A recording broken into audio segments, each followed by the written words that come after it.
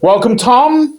Welcome, Brian. To yet another laughing gas session where we do an experimental method of taking laughing gas to help us deal with the depressing moments in our life. Mm-hmm. We consider this a safe space where we can share our more difficult challenges that we've faced, Tom. Tonight's show is all about podcasts. I started a podcast by myself. It was called Podcast of the Lonely Eaters. As I had spent many decades eating alone and wanted to reach out to other lonely eaters. But due to the amount of abuse I received in YouTube comments, I began comfort eating, overeating. I had to have my stomach pump, and they pumped me full of drugs as well. I began hallucinating. When I woke up, I was in stocking suspenders in a warehouse. I became a fan of the Joe Rogan Experience. He's funny. Oh, he's yeah. actually funny. Like, Podcast. seriously funny. Living alone, it was what my one source of joy. Oh, no. I would always leave Very funny to glowing watch. comments in the comment section. Then, one day, the Joe Rogan Experience had a special episode called Dumbest Comments on the Internet from 1 to 100. I came in at number 1. Joe Rogan then blocked me from accessing the show.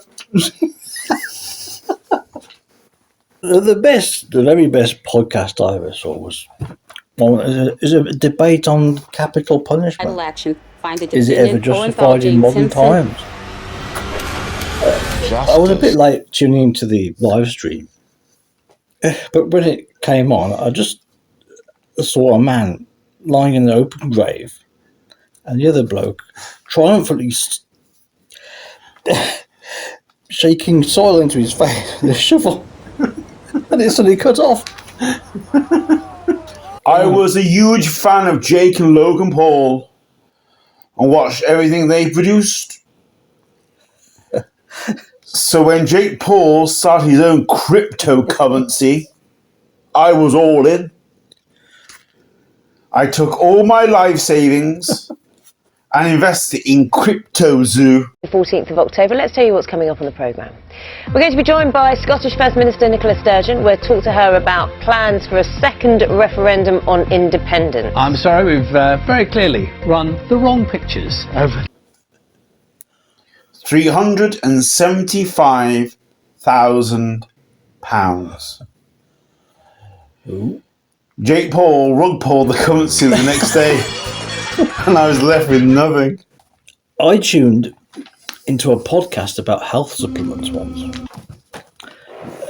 The live stream started with a man skydiving or showing his bottle of pills. As he pulled his parachute, it got caught in his leg, and he struggled in a massive panic to untangle the parachute. As he plummeted to his death, suddenly came on a commercial for hemorrhoid cream. And when it ended, all that was left was a static image of a bush for 10 minutes. Jordan Peterson You have no idea how many people that's killing. had helped me turn my life around with his 12 rules for life. You have no idea how many people that's killing. I watched every episode of his YouTube channel. You have no idea how many people that's killing. Amazed when once he actually mentioned one of the comments I had left on one of his videos. Mm-hmm. He said it was typical of a narcissistic bedwetter with delusions of grandeur.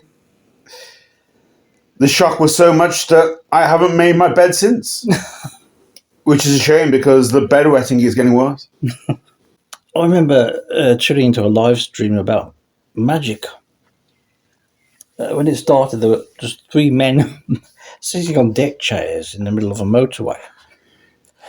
And as they were asking for likes and subscribers, I just heard a screech and the camera went wild, but eventually settled on a bloody T-shirt, which I recognise as merch. I love GB News. Especially when Nigel Farage is hosting. I wrote a letter to his constituency in Clacton telling him how much I loved him. He reports me to the police, who have banned me from ever travelling south of Leeds, which is a shame because I live in Coventry. I am a devotee of the fashion podcast hosted by Kim Kardashian. When I heard she was coming to the country, I paid £500 to see her in person. The following week, she cancelled the event and explained there were no refunds. You have no idea how many people that's killing.